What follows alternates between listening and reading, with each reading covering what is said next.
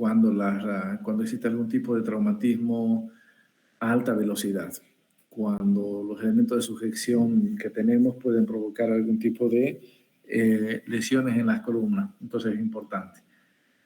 Todo paciente inconsciente debo sospechar de que puede tener un trauma raquimedular. Un paciente que tenga traumatismo múltiple también necesito identificar. Puede que mi paciente tenga una lesión neurológica, que puede ser central o periférica. Y tal vez aquellos dolores vertebrales que de alguna manera vayan a provocarme algún tipo de sospecha de lesión, ¿está bien? Quiere decir que en todo paciente politraumatizado, siempre debo colocar el collar cervical. La movilización de lo que vaya a ser el paciente requiere de inmovilización de la columna cervical, que puede haber alguna lesión. Ahora, ¿por qué nos interesa tanto la columna cervical? Por las posibles lesiones que vayan a haber a futuro, a diferencia de la torácica, lumbar o sacra.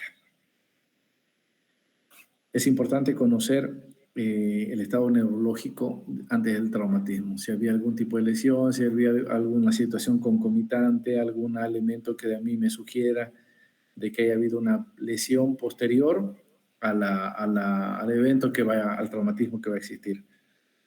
Me interesa mucho como médico saber cuál es el mecanismo de la lesión, qué es lo que ha provocado, cómo se ha provocado.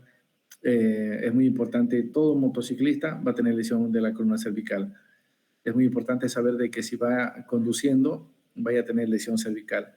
Si va en el asiento lateral de acompañante o en lo posterior, siempre es importante determinar de que pueda existir algún tipo de lesión. Entonces, el mecanismo de la lesión es muy importante para mí, para entender, para situar y de alguna manera tener esas ideas o esas sospechas en la cabeza.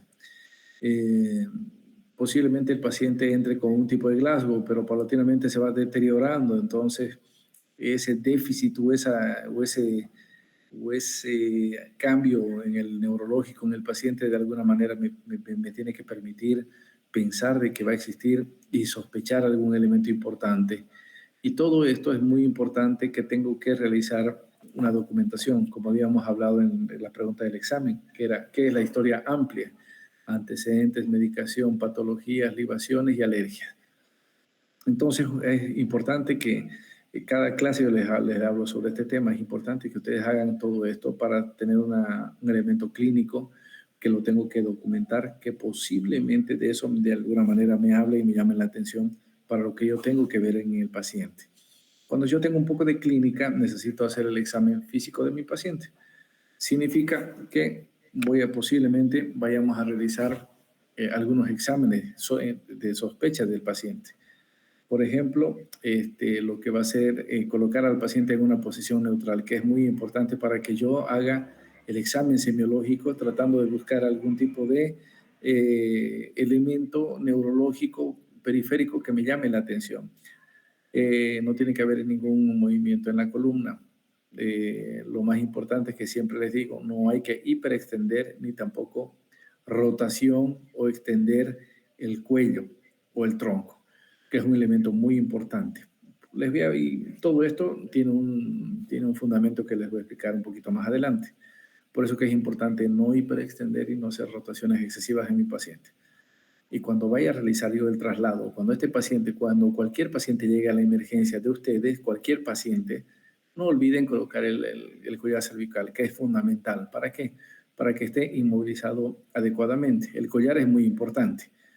Ya la tabla la pueden utilizar sí o no, pero dependiendo muchas veces si existe algún tipo de implicancia de algún otro sector de la columna cervical. Bolsas de inmovilización, etcétera, que también pueden utilizarse. La evaluación vertebral es por palpación completa supina, una pequeña rotación mínima y que generalmente se hace de 4 personas. Lo que trato de buscar es dolor, algún tipo de presencia de sensibilidad anormal, depresión o espolón óseo en lo que va a ser la columna. También tratando de verificar y determinar que pueda existir alguna alteración anatómica importante en lo que va a ser la anatomía de la columna. También que es muy importante, la cervical, la torácica, la dorsal, la lumbar o la sacra. dependiendo de si el paciente tiene algún tipo de clínica que ustedes vayan a determinar. En la evaluación neurológica, debo determinar sobre todo lo que va a ser la fuerza muscular, que generalmente se debe a lo que va a ser el tracto córtico-espinal. Encontrar, determinar y verificar de que la sensibilidad esté presente en el tracto espinotalámico con las columnas posteriores. Determinar si existe la presencia de los reflejos, ¿está bien? Superficiales y profundos, oculomotor, etcétera, tratando de determinar si hay un proceso central o periférico, que es muy importante para nosotros y para los médicos encontrar una situación que de alguna manera me transmita, me conlleve, me direccione a pensar en un proceso central o en un proceso periférico. Puede que exista algún tipo de disfunción autonómica. Entonces ahí voy a pensar en alguna alteración de lo que va a ser el esfínter rectal, de lo que puede ser el esfínter urinario o la presencia de un priapismo. Entonces, cuando yo hablo de disfunción autonómica con alteraciones del esfínter rectal, alteraciones del esfínter urinario, como también un priapismo, tengo que pensar en una alteración importante de trauma raquimedular.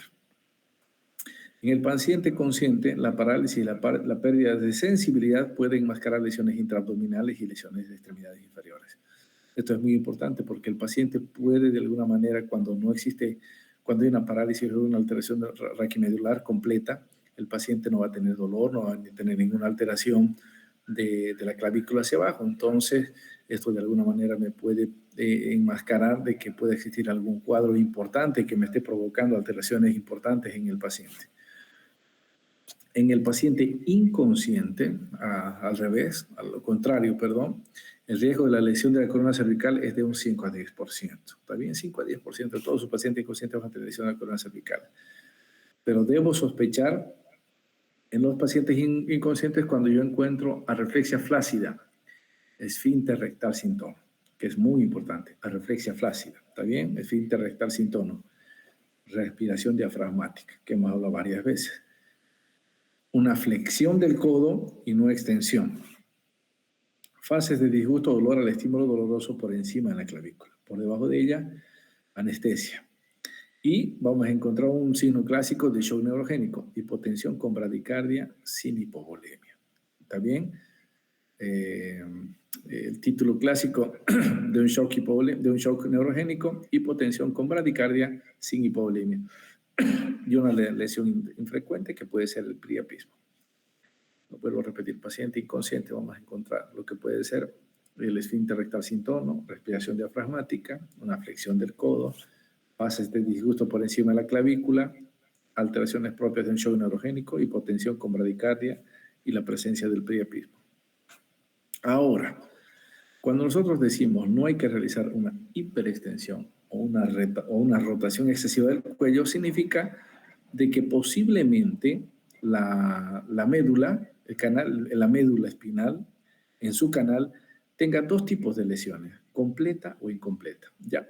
Yo casi siempre debo pensar de que todo paciente que tiene traumatismo raquimedular está con una lesión incompleta de la médula. ¿Está bien? Entonces, cuando yo veo eso, necesito determinar de que no tengo que hacer ningún tipo de movimientos que vayan a seccionar completamente la médula espinal.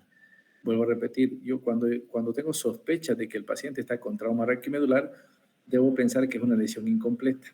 Por lo tanto, debo determinar de que los movimientos de hiperflexión o rotación excesiva no sean bruscos, no sean totales, no sean burdos, porque puedo provocar una lesión completa. La completa es cuando no hay respuesta motora ni sensitiva por debajo de la lesión vertebromedular donde se haya provocado. La incompleta, hay preservación motora sensitiva abajo de la lesión de vertebromedular.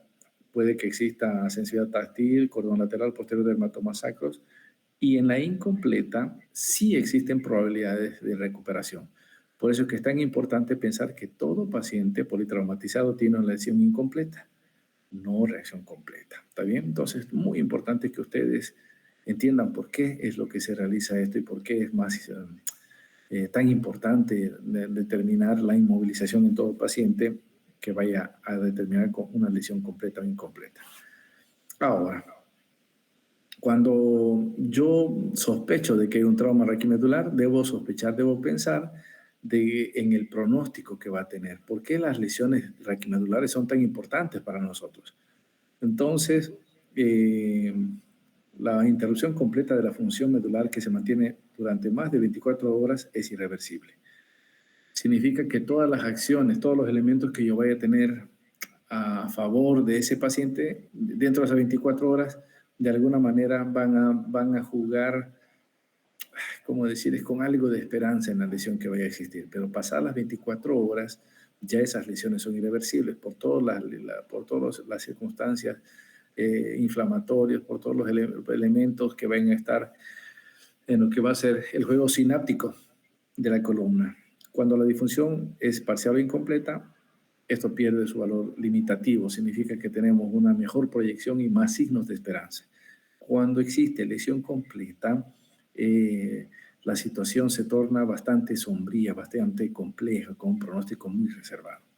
En cambio, si es incompleta, puede de alguna manera jugar a favor todo lo que vaya a pasar de ahí en adelante con el paciente. Por eso es que es tan importante determinar los signos clínicos radiológicos para retirar el collar cervical.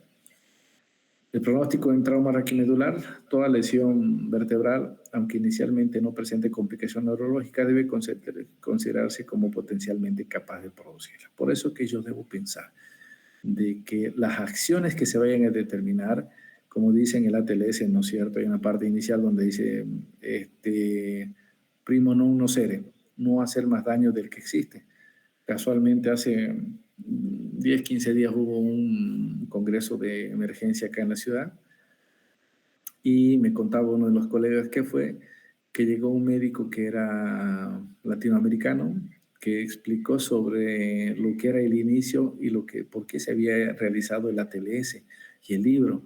Y dijeron que era uno de los médicos que estaba presente cuando se produjo la lesión de la familia del traumatólogo. Y cuando él vio cómo se realizaban las maniobras por parte del personal de salud, le llamó tanto la atención aquello que dijo que prácticamente parecían bolsas de papa. Entonces, yo tengo que tener una diferencia entre ser un simple cargador o un médico que traslada personas y pacientes. La sensibilidad es muy importante. Y entonces, eso impera en ustedes porque el conocimiento de las lesiones, de la sospecha de lesiones vertebrales que tengo que tener en la mayoría de pacientes. ¿Cómo debo movilizar a ese paciente que tengo sospecha de trauma raquimedular? ¿Está bien? Entonces, es muy importante cómo se moviliza, cómo debo optar, cómo debo manejar, cuál tiene que ser mi punto de inflexión para encontrar y para determinar lo que está sucediendo en esa persona o en ese paciente. Entonces, muy importante para nosotros, para todos los médicos, que de alguna manera tengamos esa sospecha diagnóstica en los pacientes para el accionar futuro que vaya a determinar una atención médica adecuada para que no provoque riesgos a futuro de la vida de ese paciente por las lesiones. Las secuelas son muy importantes. Hemos dicho que es importante determinar de que ese paciente puede que vaya a encontrar algún tipo de lesión neurológica. Por eso que es importante tratar de determinar si estamos en la presencia de un shock neurogénico, que es muy importante, sobre todo en las vías simpáticas descendentes de la médula espinal, tratando de ver si hay lesiones medulares cervicales o torácicas altas. Lo que va a provocar el shock neurogénico, hemos dicho que va a ser una pérdida del tono vasomotor, una vasodilatación visceral de miembros inferiores. Lo que va a determinar esta vasodilatación es una hipotensión. Es importante que nosotros coloquemos volemia, que es muy importante, ¿no es cierto? Puede que exista una pérdida de la inervación simpática del corazón, por lo que va a haber una bradicardia, para lo cual tendremos que utilizar atropina. Entonces, lo que se provoca son situaciones anárquicas que no van a tener ningún tipo de respuestas a las medidas que yo voy a realizar. Es decir, que va a existir una vasodilatación y puede haber alguna bradicardia, y que son por lesiones que están produciéndose posiblemente por algún tipo de lesión de la trauma raquimedular. En el shock hipovolémico no se utilizan vasopresores, bien lo sabemos, y sabemos cuáles son los grados del shock hipovolémico. En el shock medular se puede utilizar la reposición volémica más vasopresores, que sin embargo van a tener algún tipo de reacción, pero va a ser una respuesta bastante corta, bastante intermedia, como hemos clasificado a nuestros pacientes con shock, acorde a la respuesta. El paciente respondedor, el intermedio y el no respondedor. Entonces es muy importante cómo voy a realizar el tratamiento y cómo voy a identificar al shock. El shock neurológico o neurogénico no es un fenómeno circulatorio. Hemos hablado que no hay alguna situación endotelial ni mucho menos vasomotora. Ocurre inmediatamente después de una lesión medular en la cual va a haber pérdida en la función. Lo que va a haber es una flacidez, va a existir areflexia. Generalmente días después o semanas después va a haber pérdida de la función, espasticidad, como también hiperreflexia. La evaluación inicial vertebral debo realizarla desde el punto de vista neurológico, tratando de ver, encontrar, sospechar, además que son dermatomas, a pesar que son lesiones que me van a producir algún tipo de circunstancias, conocimiento básico de neurología, de neuroanatomía, que es muy importante, tratando de encontrar si existe dolor a nivel de la columna, alguna alteración de la sensibilidad, alguna deformidad presente, algún tipo de desviación de la tráquea, algún hematoma que esté presente, edema o equimosis, espasmo muscular y posición de la cabeza, que es muy importante para yo encontrar, sospechar algún tipo de circunstancia, elemento que me vaya a hacer pensar en esto. Otros órganos, algunos aparatos o sistemas, por ejemplo, una ventilación inadecuada, obviamente que hay alguna alteración de la parrilla torácica. También, como hay alteración de la parrilla torácica, el diafragma se ve inmerso en esto, inmiscuido, por lo cual va a existir una evaluación abdominal comprometida, diferente a una respiración diafragmática, o posiblemente los dermatomas abdominales que van a estar alterados y que me van a producir algún tipo de anestesia que vamos a encontrar, posiblemente encontremos hallazgos físicos alterados que son muy importantes. Por eso, que es muy importante determinar en el examen de la columna, hacer algún tipo de examen que vayamos a realizar, tratando de ver y determinar lo que va a ser la clínica, ¿está bien?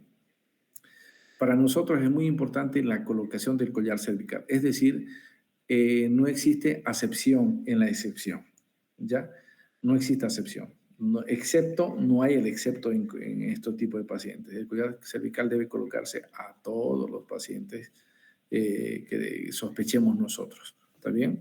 También es muy importante determinar si la radiografía de columna, ahora si ustedes han leído los rayos X de columna vertebral, sobre todo a nivel de la columna cervical, son realizadas en la evaluación secundaria. Antiguamente se realizaba en la evaluación primaria. Antiguamente estoy hablando. Ya salió la 11ª, estaba leyéndola y no menciona nada de esto, simplemente dice de que es muy importante encontrar la clínica, la sospecha en el médico para ver si tiene el paciente. Entonces, las radiografías de columna han sido llevadas a lo que va a ser la exposición o la revisión secundaria. Esto se los voy a mostrar en las clases prácticas, que es muy importante saber lo que vamos a realizar.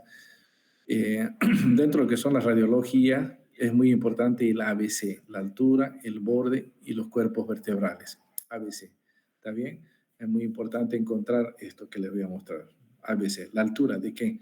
De lo que van a ser los espacios o de lo que van a ser los amortiguadores de los cuerpos vertebrales. Entonces, es muy importante los discos que vamos a encontrar. ¿Está bien? También vamos a ver los bordes, si están alineados o no se encuentran alineados. Y el canal medular, ABC, que es muy importante para determinar si están el canal medular conservado, para de alguna manera tener una idea, alguna sospecha de lo que pueda existir, como acá, por ejemplo. está alterada. Fíjense, aquí está normal altura, sin embargo aquí no hay la misma altura y los bordes, por ejemplo, fíjense, aquí hay un elemento importante que me llama la atención, que existe una lesión importante, ahí existe una deformidad. Si ustedes se fijan, aquí no es completa, está incompleta esta lesión. ¿Está bien? Fíjense bien, se dice, parece incompleta esta lesión. Entonces, aquí un mal movimiento puede provocar una lesión completa. Fíjense acá, voy viendo altura, borde, altura, borde, altura, borde, altura, borde, y fíjense, aún aquí posiblemente hay una lesión incompleta. Si se fijan, hay una lesión incompleta, acá donde les estoy mostrando. Entonces, esta lesión incompleta con un movimiento de hiperflexión, lo que va a provocar es una mayor complejidad de este tipo de circunstancias que se vayan a provocar. Entonces, es muy importante determinar lo que va a ser el ABC y eso se los voy a enseñar en la clase. Muy importante determinar que puedan existir alteraciones en los cuerpos vertebrales. Algún tipo de pellizcamiento, aumento de lo que va a ser el diámetro del disco intervertebral o algún tipo de fractura del cuerpo vertebral que de alguna manera me va a llamar la atención, dependiendo de dónde sea, por ejemplo, como esta es una torácica. También alteraciones en lo que pueden ser las apófisis espinosas, alteraciones importantes que de alguna manera me van a llamar la atención y que van a generar algún tipo de conflicto diagnóstico en lo que yo vaya a realizar. Una vez que yo hago mi sospecha diagnóstica, tengo que saber qué tengo que hacer con este paciente. Lo primero que tengo que realizar en todo paciente politraumatizado, y que siempre se lo menciono y se los digo, es la inmovilización. Todo paciente. ¿Está bien? Debo colocar el collar cervical hasta determinar y hasta dejar de sospechar de que hay alguna ausencia de lesión en la columna, y eso es buscando algún tipo de sospecha. Cuando digo sospecha diagnóstica, significa que todas las mentes de ustedes tienen que actuar aquí. Por ejemplo, aquí no entra pues la muy poderosa inteligencia artificial, entra la inteligencia individual de cada uno de ustedes que se va a tener en este caso. Tengo que tener algún tipo de intuición, algún tipo de manifestación clínica en mi cabecita de que ese paciente está con alguna lesión, de acuerdo a lo que yo vaya a determinar a la presencia de algún tipo de circunstancia, y si voy a trasladarlo, obviamente que tengo que colocar posiblemente con las bolsas o algún tipo de inmovilización adecuada al paciente al lugar donde yo vaya a llevar a esto. Teniendo en cuenta que la utilización de la tabla en cuestión de horas les puede provocar úlceras de compresión, ¿está bien? Les va a provocar úlceras de compresión, entonces muy importante determinar, prevenir el uso adecuado de la tabla. El uso de la tabla está determinado siempre cuando ustedes vean de que ese paciente tiene algún tipo de lesión en la columna torácica, dorsal o lumbar y necesito un tipo de utilización de la tabla, porque el paciente mismo se encuentra incómodo, se encuentra disconforme con la tabla y tiende a moverse mucho. Entonces es muy importante que puedo provocarle las úlceras al paciente. Lo hemos mencionado varias veces que el manejo de todos los shocks es básicamente tratar la hipovolemia, tratando de considerar que puede ser un shock neurogénico, tratando de ver aquello. Entonces es muy importante ver y encontrar si el paciente está adecuadamente manejado por los líquidos, y con ello voy a utilizar lo que va a ser el catéter urinario, una sonda vesical. El trauma es muy importante de donde yo vaya a encontrar al paciente. Muchas veces nosotros llegamos al sitio del accidente, entonces cuando yo llego al sitio del accidente, donde está el paciente politraumatizado, lo primero que tengo que hacer es colocar la cabeza en una posición neutral, con el cuello manteniendo la columna cervical. ¿También? Lo primero que tengo que hacer es eso, colocar la cabeza y la columna en una posición neutral, tratando de colocar el collar cervical, que es muy importante, tratando de mantener la volemia con líquidos intravenosos, mantener una oxigenación adecuada, determinar y hacer un examen motor bastante breve, bastante rápido, movimiento de brazos, movimiento de las manos, movimientos de miembros inferiores y movimiento de los dedos de los pies, para ver y determinar si existe algún tipo de lesión total, parcial de la columna, y dependiendo de los niveles con los que yo vaya a hacer el manejo de lo que va a ser la clínica neurológica. Medicamentos generalmente se pueden utilizar diuréticos, que mejor no lo utilicen, y lo que sí se puede utilizar, si pueden utilizar ustedes, es la metilprednisolona.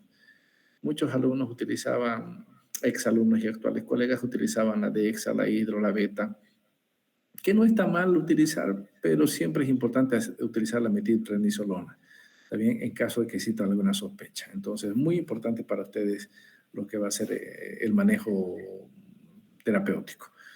Es importante, si ustedes encuentran algún tipo de circunstancia, elemento importante que les llame la atención, es importante que a ese paciente lo vea el neurocirujano, porque puede que existan fracturas, puede que exista un déficit neurológico. Es importante evitar el retraso, como hemos dicho, el trauma medular completo, 24 horas son importantes para el paciente. La inmovilización adecuada, doctor, me duele, me fatiga el collar cervical, me lo retiro, me lo saco, lo dejo. Es muy importante para el criterio de ustedes. Y en estos pacientes que existen traumas raquimedulares, hemos dicho que va a haber compromiso respiratorio, por lo que es muy importante el apoyo con oxígeno suplementario que vayamos a determinar. Seguramente si existe para determinar, para encontrar razón, si existe lesión medular completa e incompleta, se utiliza la mielografía. ¿Está bien?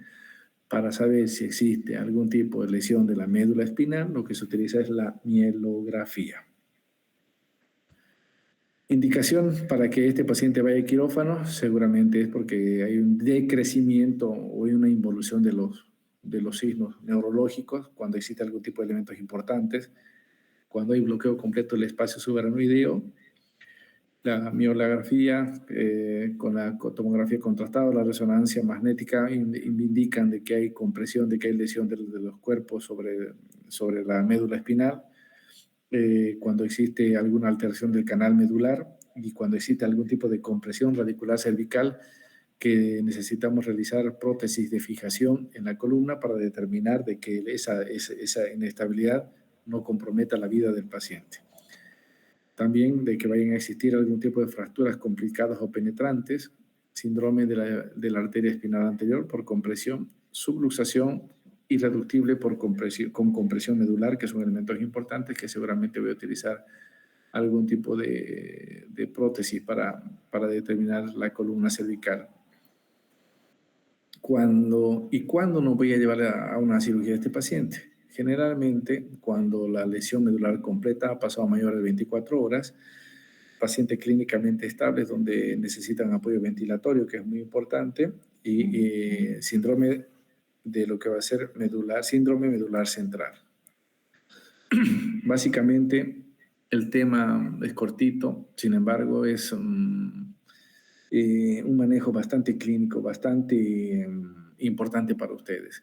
Les vuelvo a repetir, todo paciente que ingrese a la sala de emergencia de ustedes, de su atención, tienen que colocarse collar cervical. Lo primero que tengo que realizar, pensando que esa lesión cervical es incompleta, es lo primero que voy a pensar.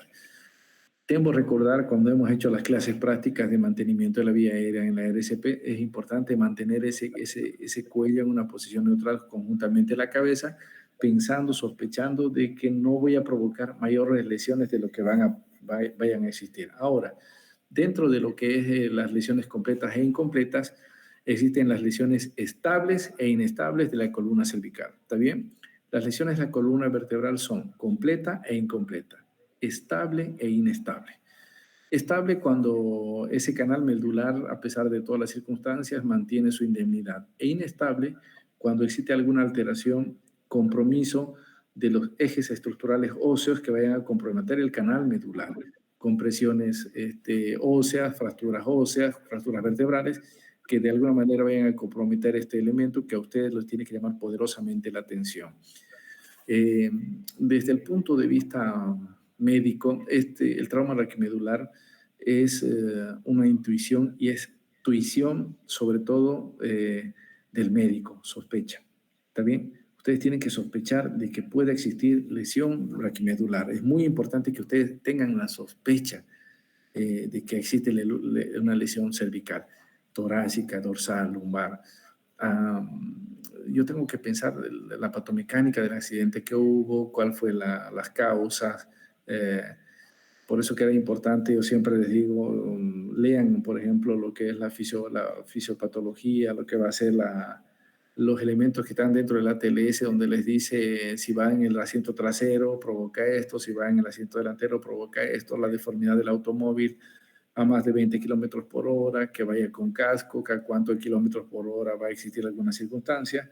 Entonces, todos estos elementos a ustedes de alguna manera les tiene que hacer pensar de que hay trauma raquimedular. Entonces, cuando yo tenga un paciente, tengo que pensar de que va a haber dos tipos de lesiones raquimedulares, completas e incompletas. Pero a la vez me hace pensar en dos elementos importantes, estable o inestable. Entonces, de acuerdo a ello, necesito tener mi sospecha diagnóstica para determinar, encontrar y hacer y pedir una radiografía que se va a realizar en la revisión secundaria. ¿Está bien? Algunos colegas insisten en que se deben pedir la radiografía en la revisión primaria, pero lo que dicen las ediciones actuales son de que no se debe pedir. ¿Por qué?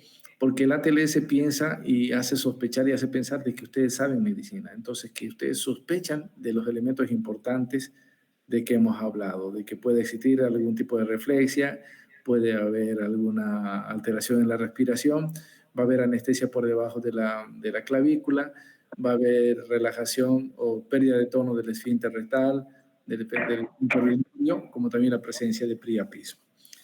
La radiografía es importante.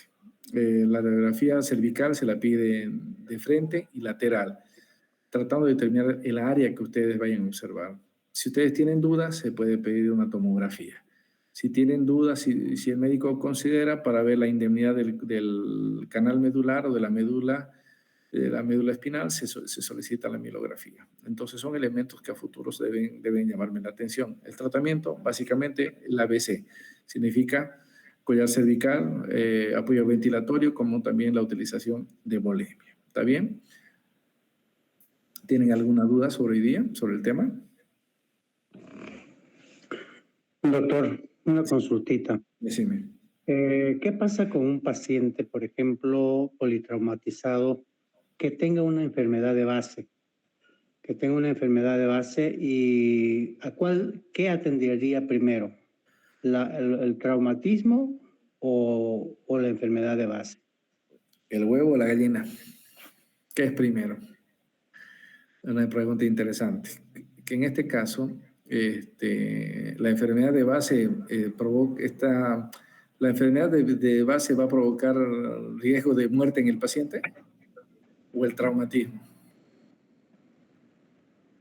¿Cuál de las dos consideras que provocaría? El traumatismo, doctor. Por eso es que es tan importante que ustedes asistan a clase. La mayoría de ustedes asiste a clase. Lo que tengo que encontrar y ver y determinar es la presencia del cuadro, si es una emergencia o una urgencia. Pongámosle, el paciente es cardiópata, hipertenso, diabético y nefrópata. ¿Está bien? Pero hay un accidente. Hay un accidente donde se compromete posiblemente un trauma raquimedular en el paciente. ¿Qué es la enfermedad de base? ¿Es una emergencia o es una urgencia? Urgencia. Urgencia. ¿Y el trauma raquimedular? Emergencia. Emergencia, ¿no es cierto?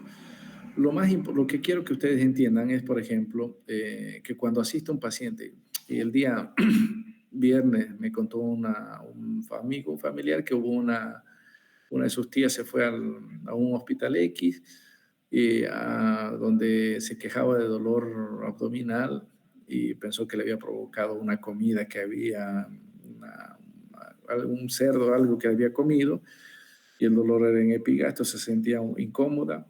Llegó a la sala, llegó a la emergencia, le dijeron que no era, posiblemente era un cólico biliar, que era una dispepsia, le dieron un antiácido, un antiflatulento, le dieron un antiespasmódico, la mandaron a la casa. A la medianoche la señora se infartó, terminó en terapia y ahora está con stent, con diagnóstico reservado. Entonces, lo que yo primero tengo que pensar, lo que yo tengo que determinar es las causas posibles que van a provocar en riesgo la muerte del paciente. Por eso que es importante que ustedes comprendan que la medicina seguro es tratar de pensar mal para que me vaya bien. Todo dolor abdominal que está a nivel de epigastrio, todo dolor abdominal que está en la zona del epigastrio, mi primer diagnóstico significa infarto agudo de miocardio. ¿Está bien? Después puede venir gastritis, colecistitis, pancreatitis, úlcera, urcus, lo que ustedes quieran. Vuelvo a repetir, todo dolor en la zona de epigastrio, todo dolor, el primer diagnóstico que tengo que tener en cuenta se llama infarto agudo de miocardio. ¿Está bien? Entonces, son elementos importantes. Ninguna enfermedad de base les va a impedir de que ustedes coloquen collar cervical en el trauma raquimedular. Por eso es que es tan importante que ustedes encuentren eso. Ahora, por eso que les hice esa pregunta en el examen que se llamaba historia amplia. Necesito saber antecedentes del paciente, la medicación que toma, las patologías que tiene, las libaciones del paciente, como también las alergias, que son datos importantes a considerar en todos estos elementos. Lo que yo quiero es que ustedes no sean mentes rígidas, sino que actúen de un pensamiento fugaz, rápido, incisivo, de que piensen de que puede haber alguna circunstancia que sea importante.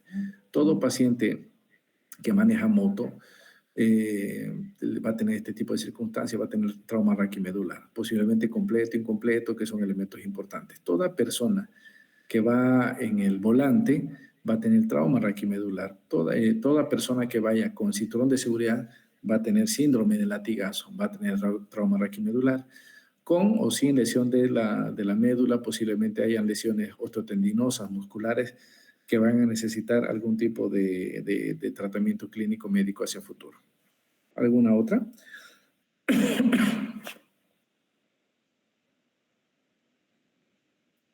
Doctor, yo tengo una pregunta, disculpe. Sí, decime. Estaba hablando usted sobre las imágenes, la imagenología que podríamos pedir. Entonces mencionó radiografía cervical, tomografía Cervical. y mielografía. ¿Ese es el orden, doctor, que se debe pedir? Lo primero que vamos a pedir nosotros, nosotros no vamos a solicitar, la revisión primaria no solicitamos rayos X, ¿está bien? Eso quiero que tengan en claro. En la revisión secundaria pueden solicitar rayos X de columna cervical, AP y lateral, que es lo más importante y lo primordial que deben utilizar, también para ver si es torácica, si es lumbar, si es sacra, depende mucho de la proyección que ustedes necesitan ver. Ahora, eso es lo primero que tienen que ver ustedes. Ya la mielografía lo va a pedir el neurocirujano. Ustedes, es un dato técnico que ustedes necesitan saberlo. Pero la mielografía se utiliza cuando yo tengo sospecha cuando tengo sospecha o quiero ver y determinar y preservar si está preservada la anatomía de lo que va a ser la médula espinal. La mielografía es un método diagnóstico secundario. Posiblemente vayamos a pedir una tomografía o una resonancia magnética, que son elementos importantes. Lo que yo quiero que ustedes, a la altura que tienen, con la planificación profesional que van a tener, es que en la revisión secundaria, si es que tienen sospecha, soliciten rayos X de columna cervical, AP y lateral, para ver si hay una lesión cervical. Si sospechan torácica, AP. Si sospechan de lumbar, AP y lateral. Y AP también pueden hacer una proyección lateral de la columna lumbosacra, dependiendo de la zona que vayan a realizar. Básicamente, eso es lo que yo necesito que ustedes sepan. La tomografía también se la puede solicitar, como también la resonancia, pero eso, la tomo la pueden pedir ustedes. Ya la resonancia la pide el neurocirujano, como también la mielografía. Ok, gracias, doctor. De nada, hijo. ¿Alguna otra?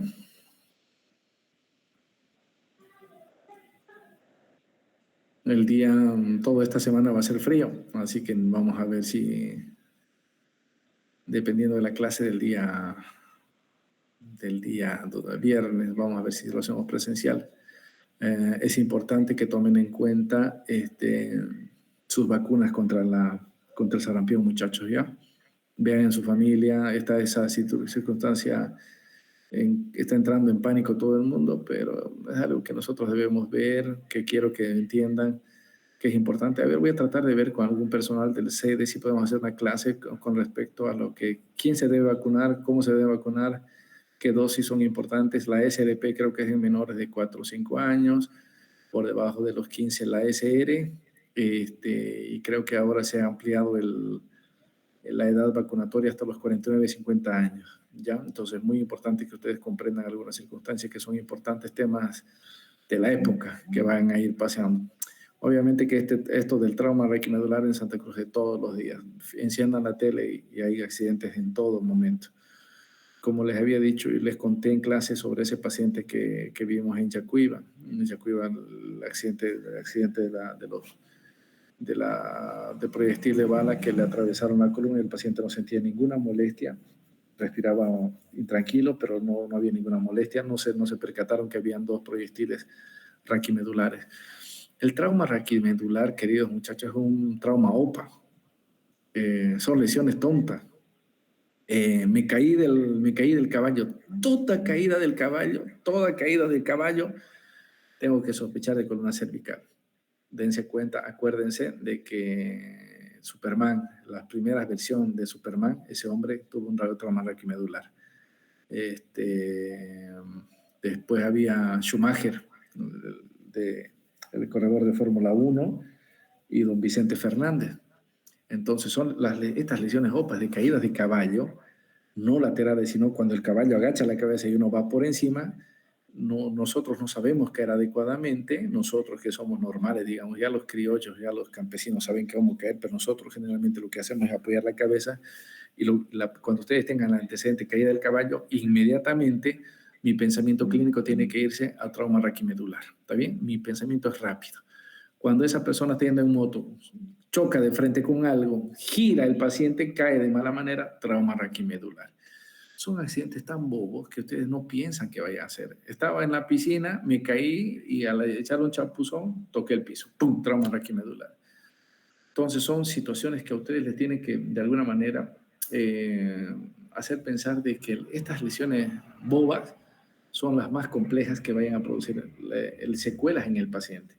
Porque este tipo de circunstancias lo que va a provocar son elementos muy importantes como por ejemplo la cuadriplegia, ¿no? Entonces, ustedes tienen que pensar de que las lesiones raquimedulares, a la larga, si no comprometen la vida del paciente, van a traer consecuencias y implicancias bien importantes en la vida posterior. Entonces, estos elementos, me caí de la bicicleta, ¿hacia dónde? Lateral o adelante, hacia adelante, perfecto. Me caí en la bicicleta, ¿cómo? Al suelo. ¿Cómo cayó? Me caí sobre las nalgas, me apoyé la colita, entonces ya tengo que pensar en un trauma lumbosacro. Me golpeé la parte posterior de la espalda, levantando algún peso excesivo. Caídas, las famosas caídas de pared, cuando salta uno de pared, más de 4 metros sobre los talones, me tienen que hacer pensar en un trauma raquimedular, ¿está bien? Esas caídas, si ustedes se fijan bien cómo aterrizan los atletas olímpicos o de pruebas olímpicas de salto alto, etcétera, ustedes van a observar de que ellos caen siempre de planta a punta, pero hay algunas personas que caen sobre los talones. En esos pacientes tengo que sospechar. Ustedes tienen que preguntar de cuánto se cayó, 1 o 2 metros. Entonces ahí ya tengo que empezar a sospechar. Lo que les quiero inculcar es de que crean en ustedes. Cuando hagan los antecedentes, comiencen a empezar a encontrar algunos datos técnicos que a ustedes les llame la atención. Y eso generalmente va a provocar en la mayoría de los pacientes. Ahora, en edades extremas, obviamente el niño tiene mayor cantidad de masa craneoencefálica.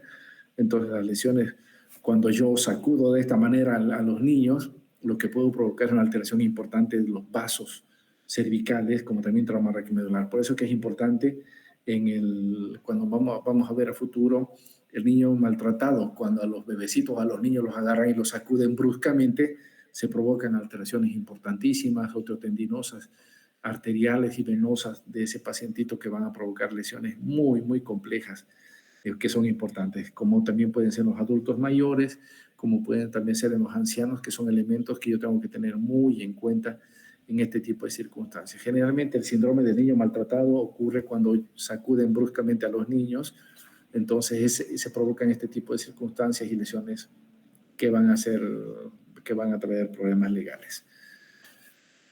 ¿Alguna duda?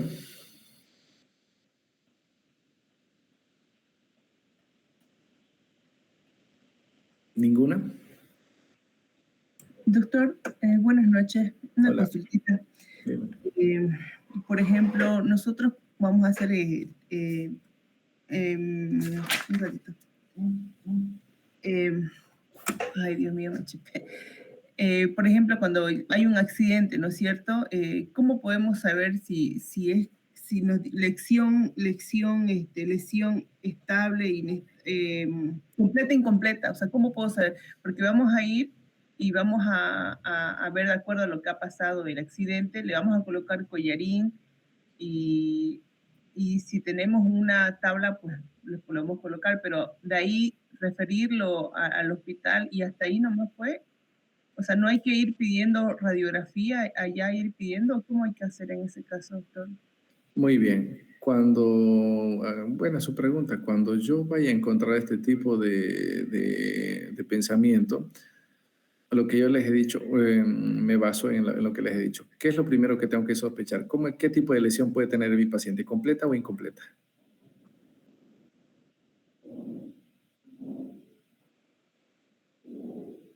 Incompleta, doctor. ¿Qué dijimos? Incompleta, doctor. Hemos dicho que todo paciente voy a sospechar que tiene una lesión incompleta. ¿Está bien? Entonces tengo que pensar que mi paciente tiene una lesión incompleta. Completa va a ser sencillo porque el paciente va a estar en una situación arrefléxica, como va a tener una parálisis completa, va a tener una reflexia y flácida. ¿Está bien? Entonces ahí yo ya sospecho que hasta inmediatamente. Sin embargo, todos estos datos clínicos que hemos hablado, que se los estoy mostrando ahorita, por ejemplo, alteraciones importantes, completas, incompletas, estable e inestable, yo tengo que pensar que es una situación inestable e incompleta. Está bien, por eso que los cuidados que tengo que tener con este paciente son importantísimos. Es como manejar un huevo. Por ejemplo, un huevo, usted cuando va a comprar un huevo, usted que me ha hecho la pregunta, ¿cómo lo trata el huevo cuando cuando lleva del mercado a su casa? ¿Como cualquier producto o tiene cuidados diferentes? Con mucho cuidado, doctor. Diferente, ¿no es cierto? Porque se le va a quebrar, ¿no es cierto? Entonces, cuando yo vaya a tener este tipo de pacientes, tengo que sospechar de que hay alguna circunstancia, algún elemento y que me vaya a provocar mayores lesiones de este paciente. Ahora, si usted encuentra alteraciones importantes, arreflexia, alteraciones laterales, posteriores, anteriores, de lo que va a ser la lesión de la columna vertebral, un shock neurogénico, está sospechando de algún tipo de alteración importante, etcétera, lo que yo tengo que pensar con todo esto, con todos estos elementos que le pongo, son importantes. Ustedes ya sospechan de este paciente, pero no va a ir pidiendo las radiografías porque el paciente está inestable. Cuando el paciente ya pasó la fase primaria, la revisión primaria, usted puede solicitar, pero posiblemente desde el punto de vista clínico, si usted tiene todo esto y el paciente está inestable, no va a solicitar las radiografías. ¿Por qué? Porque muchos de ustedes, y ocurre esto, es en la vida real, no en el mundo ficticio, ustedes solicitan rayos X de columna cervical, lo llevan a la sala de radiografía y les hace una parada respiratoria al paciente y se les muere. Entonces yo tengo que tener mucho cuidado con este tipo de pacientes. Si el paciente está estable, le solicitaré. Depende mucho del punto de vista clínico, de lo que ustedes están sospechando, de lo que ustedes están viendo. Si ustedes se dan cuenta, este tema tan cortito es de mucha clínica, de mucho imperaje y participación de ustedes, de lo que vayan a encontrar. Si yo encuentro dentro de mi evaluación clínica y neurológica sospechas de una lesión raquiomedular, voy a pensar de que hay una lesión posiblemente incompleta e inestable en la columna. ¿Cómo voy a determinar de que sí la hay? Mediante una radiografía, pero en la evaluación secundaria. ¿Está bien? Lo que yo quiero que entiendan es de que hay prioridades. Evaluación secundaria. ¿Está bien? Yo generalmente pues siempre les digo mucho que yo he estado mucho en el campo y a veces para trasladar los huevos, por ejemplo, muchos de nosotros colocamos como si fueran cosas normales y en el movimiento se rompen.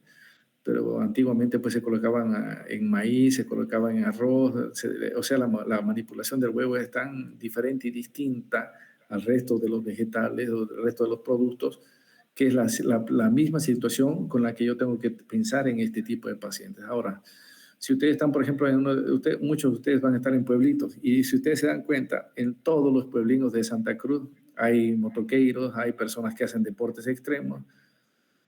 Lo que yo tengo que hacer cuando tenga este tipo de pacientes, los recibo, les coloco collar cervical. Cuando coloco collar cervical, voy a colocar vía periférica, como también oxígeno. Para trasladarlo a estos pacientes, dependiendo si tengo yo la sospecha de trauma vertebral, utilizaré la tabla, pero si no, solamente con el collar cervical y una inmovilización adecuada en lo que vaya a ser la camilla de transporte, siempre y cuando ustedes estén con el paciente. Tratando de preservar lo que va a ser la respiración, tratando de ver de que no me haga algún tipo de parada respiratoria periférica, que son elementos importantes que pueden estar presentes en estos pacientes.